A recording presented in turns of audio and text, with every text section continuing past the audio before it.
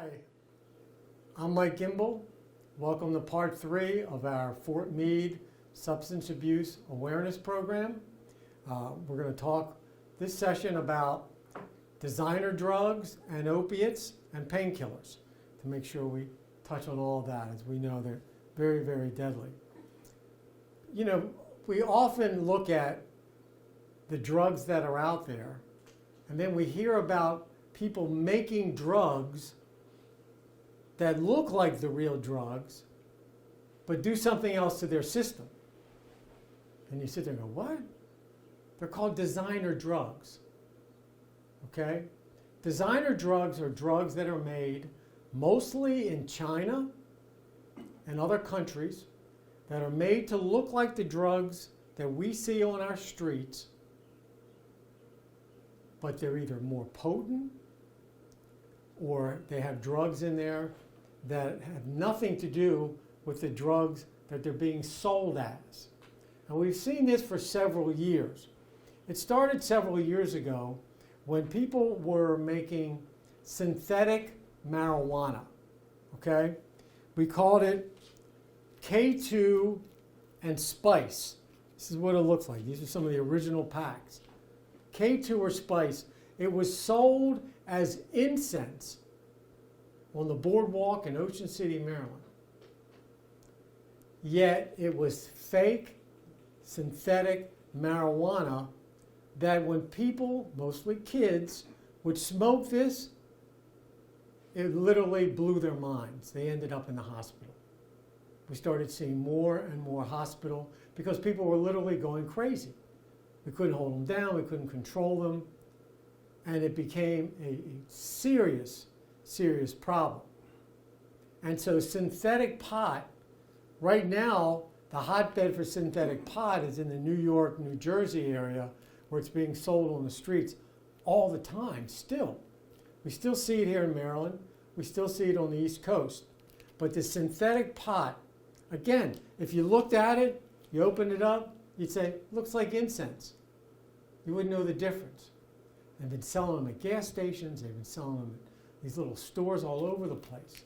But they're dangerous, very deadly, and kids will get them, and they'll put them in a pipe, and they'll smoke them. And they'll smoke it. Or they'll try to roll a pot cigarette, a joint. They'll try to do that. But then the side effects of it are deadly. We're now also seeing a lot of people mixing together real pot with a synthetic pot because you really don't know what's out there. That's the problem.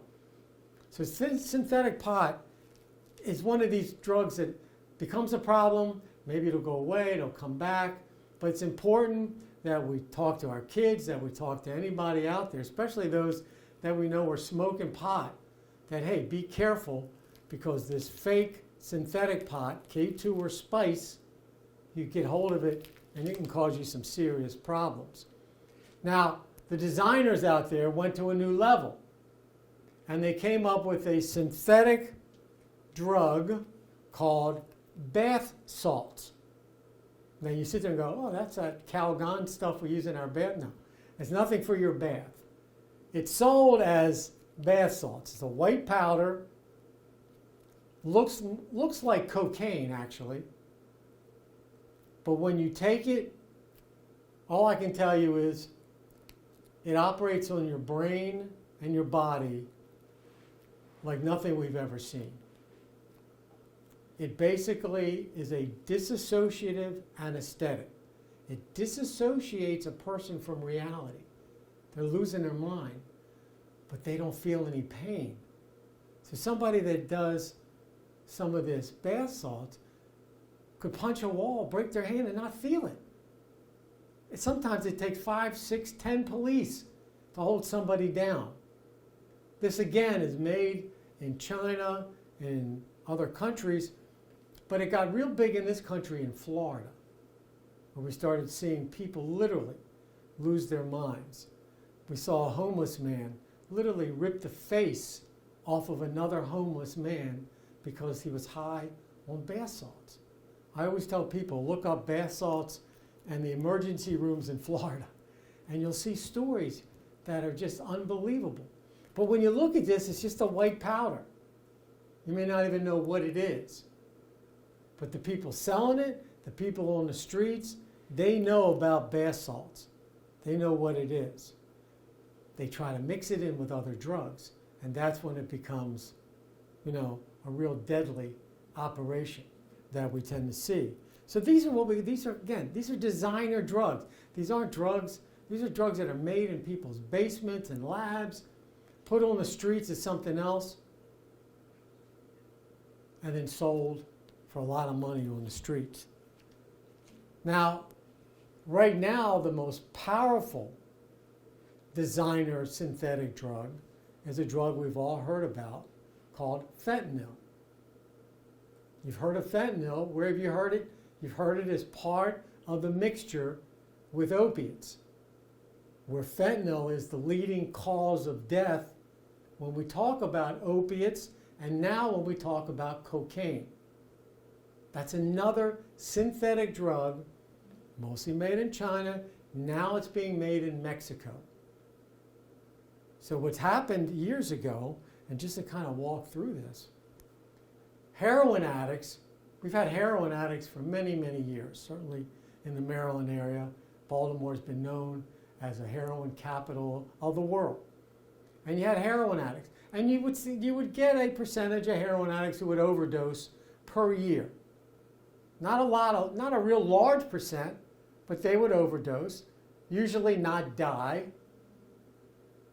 And then all of a sudden, we started seeing overdoses of death completely rise. At the beginning of our presentation on our segment 1, we talked about numbers of the tens of thousands. Last year, over 65,000. Year before that, 72,000 people died from an opiate overdose. Well, that opiate, whatever they used, that heroin, most likely had fentanyl mixed with it. Fentanyl is 100 times stronger than heroin. A pinhead full of fentanyl will kill you. We now have narcotics agents, police, sheriffs, who will do a drug bust, but now they wear a hazmat unit, a whole outfit, because they don't want to touch it. We had 2 sheriff's deputies in Harford County, Maryland, who overdosed just by touching it. It got in their skin. Thank God they didn't die. But it got in their skin. We don't even use drug dogs anymore when we think there's fentanyl because we're afraid of what it could do to them. That's how powerful this drug is. Yet now it's flowing in to this country, and you think about it, if a pinhead will kill you, you get a pouch full of it, an envelope full of it, it could wipe out a whole city very quickly. And what they do is they take the heroin, and what's happened with heroin is the purity of heroin has gone up and up and up over the years. Average is about 60-70% pure heroin. Well, now what they do is they take that pure heroin and they mix it with a little bit of fentanyl. And now you've got a drug that is a killer. It's a killer. It's a killer on our streets. It's a killer in our suburbs, because now we're looking at deaths of people that live everywhere. Everywhere I go, people go, well, isn't heroin mostly in the big cities? I go, yeah, but it's also in the suburbs. You know, all the nice middle-class kids, they're overdosing too. It doesn't discriminate. It's happening everywhere. And we're seeing it in every city, every town in this country. But with this fentanyl, it has really led to something we've never seen before when it comes to the numbers. Now, we tell people, we train people to have Narcan. Narcan is a medication that most paramedics have in their ambulances that will reverse the effect of an opiate overdose if they get to them quickly enough. Okay? It's been used mostly for heroin overdoses. But now with fentanyl, paramedics are telling me, and they tell everyone, that it used to be where one dose of Narcan would bring someone back from an overdose. Now they have to use 4 or 5. You know, all because of fentanyl. That's how powerful it is. Now, if you're a person that says, well, I carry this to help somebody, you're not going to have 4 or 5 doses. If you see anybody, even on the streets, if you're trying to be a good citizen, and you see somebody with a needle, you see one of these needles lying there next to them, and you know he's overdosed, don't touch him. Don't use your Narcan. Call 911 immediately. Let the professionals handle it. Because if you give them 1 dose of Narcan, that may not do enough. Now you've wasted precious time. Call 911 to get them there. They're the ones who know how to do that. Now, it's just the crazy part of fentanyl, what makes it so frustrating for all of us, is that addicts love their drugs. I was a heroin addict. I would do anything to get my heroin. I wasn't afraid of dying. I wasn't afraid of hepatitis. I wasn't afraid of overdose. I wanted the best heroin I could find. And if somebody said to me, I got this heroin that's got fentanyl that's 100 times stronger, most people would say, you run away. No. What I would have done, and addicts do today, they want that. That's what addicts want. So when people say, what are they doing? Why do they keep running it? Because that's what addicts do. They want the best drug they can find, the most powerful one, because they're in denial. They don't care. They don't think that they're going to die. They don't think they're going to overdose. That's addiction. That's what happens. And now they've taken that fentanyl and they've put it on cocaine and methamphetamine. So now you got one drug, fentanyl, that brings you down because it's a narcotic and an opiate. Then you've got your cocaine and your methamphetamine that speeds you up. What that does is it makes your body and your heart especially go in 2 different directions, and it causes a heart attack. Some of you who are old enough that remember the comedian John Belushi years ago from Saturday Night Live, he died from an overdose. I mean, that's what happens.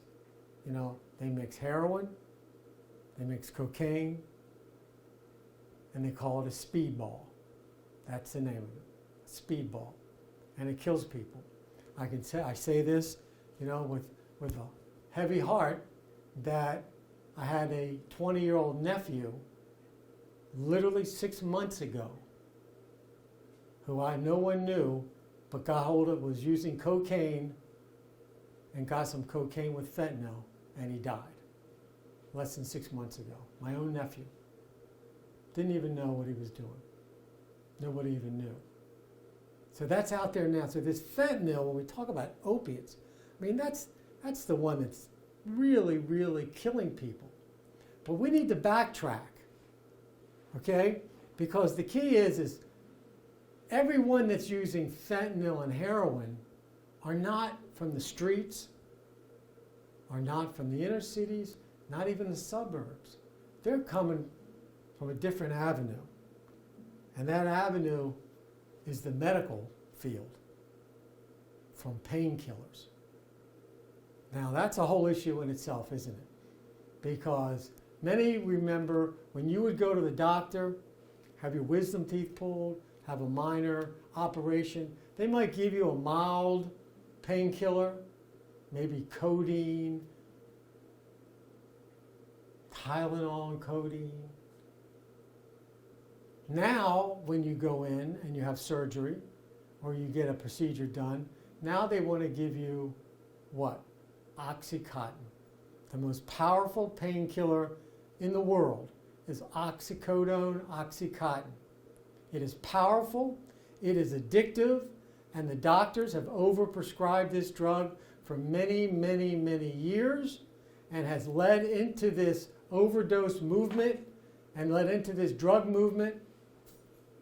And it's leading people into the world of heroin and fentanyl, who never should be there.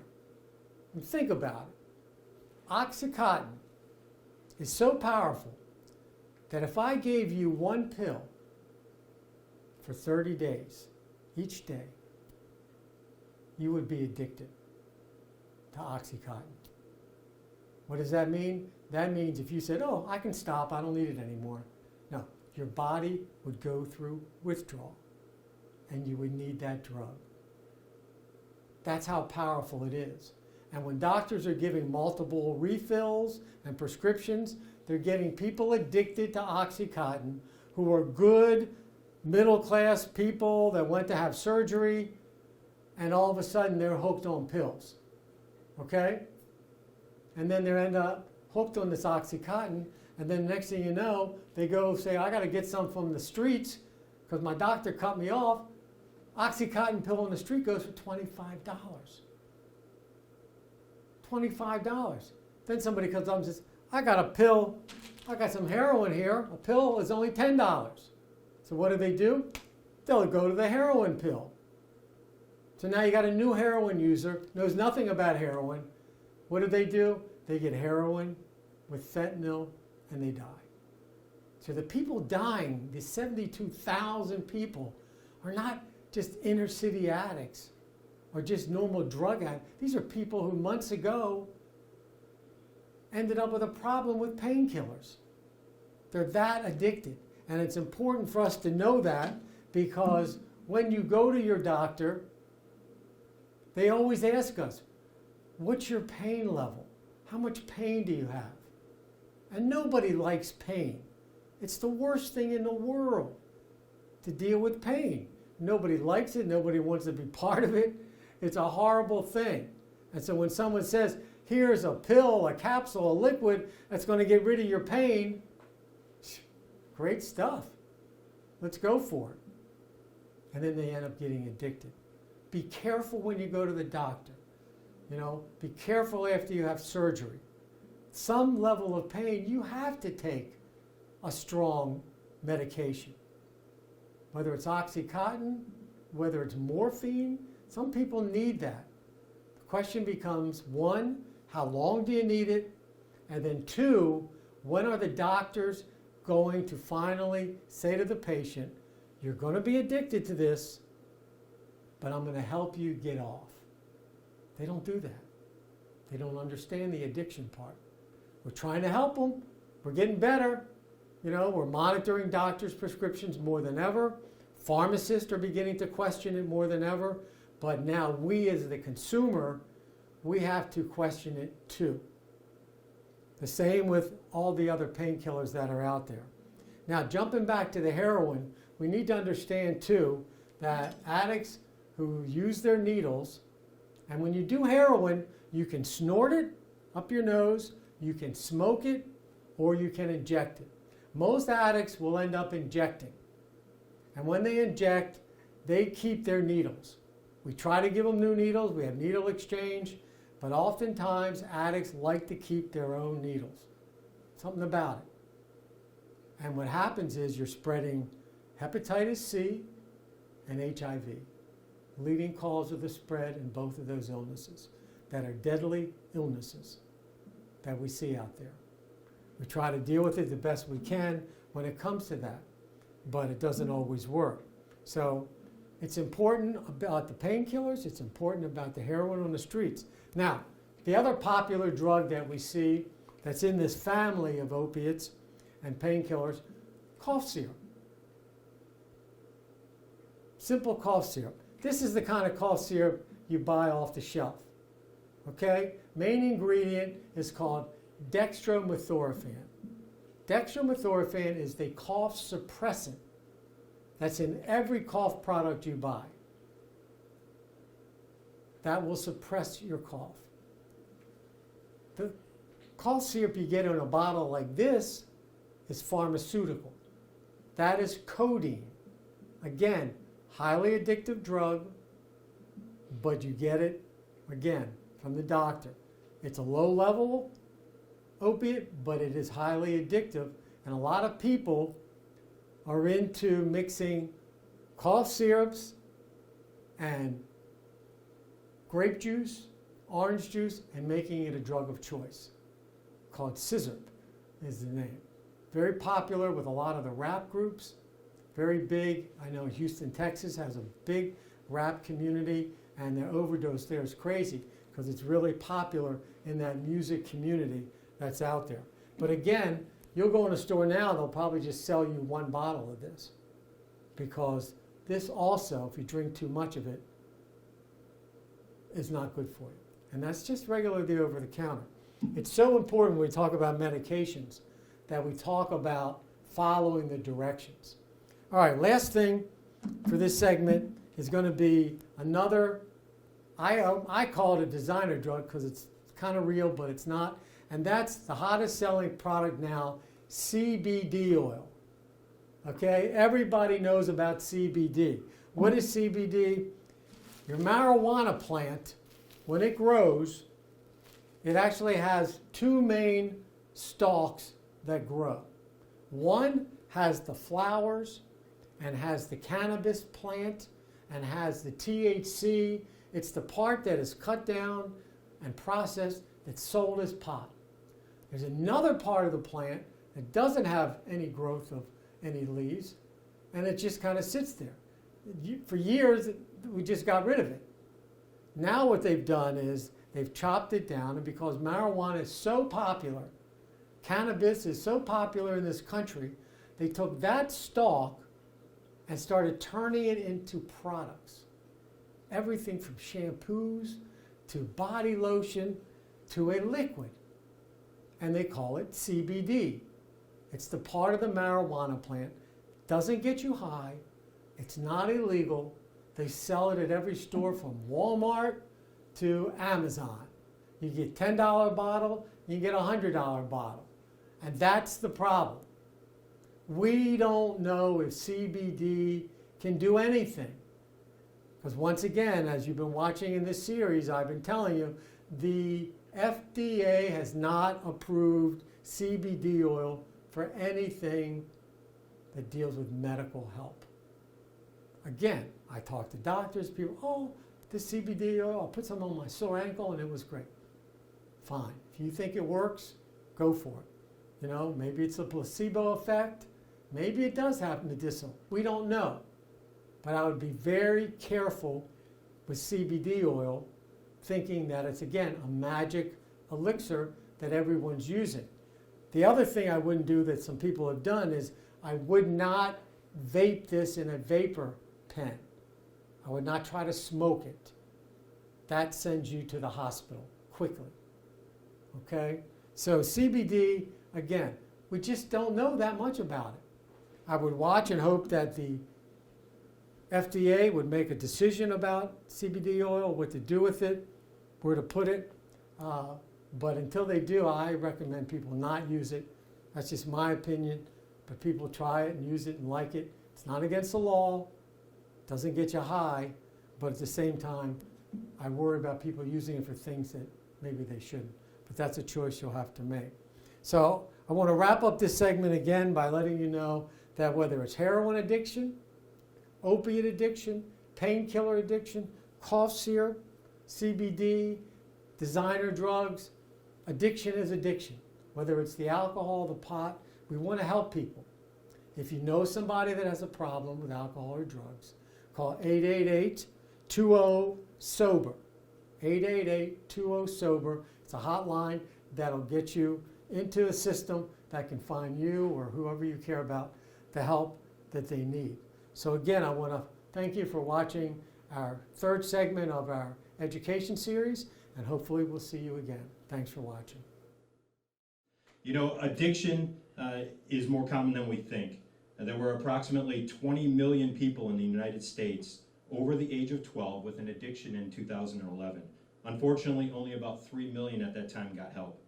The word treatment has been used in a negative connotation, and if a service member went into treatment, it usually meant that their career was over. However, through a robust communication campaign over the last 10 years and a methodical inculcation of leaders promoting treatment, we are changing the way treatment is viewed today. I am happy to report that over 18,000 service members have self-reported to SUD-C here at Fort Meade over the last couple of years, improving themselves, their families, and our force as a whole. But we can still do better. Over 20 million Americans over the age of 12 have an addiction. 100 people die every day from drug overdoses. This rate has tripled in the past 20 years. 2.6 million people with addictions have a dependence on both alcohol and other drugs. Children and teens who use alcohol and drugs are more likely to have a substance use disorder. Opioids lead the charge for drug overdoses, but cocaine and stimulants still account for a significant portion of drug overdoses. Recovery is possible. Together we can reduce the stigma of drug addiction, overdose, and recovery. Remember that you don't abuse drugs, you abuse your body with the drugs. You deserve a better life. If you have a problem, as Mr. Gimbel said, reach out to the 1-800 number or call SUD-C on the installation. They're here to help. Obviously, if you're having an overdose, call 911, please. This concludes today's segment on drugs. Thanks again to Command Master Chief for his opening comments, Mr. Gimbel for providing us with a very amazing brief today. Our ASAP team led by Ms. Teresa Shipman for all our efforts and the team's efforts to put all this together. Kudos, thank you. And then to all of you out there for your continued support to Fort Meade and the garrison. Our ASAP program office is cutting edge. We're trying to bring information to the public through this. And we really want to get information out so you know what to look for as family members, your service members are potentially having a problem and they need some help. Stay safe, stay healthy, and make sure you keep social distancing during these unique times. Thank you. Good afternoon. Welcome to the Fort Meade Drug Alert Program.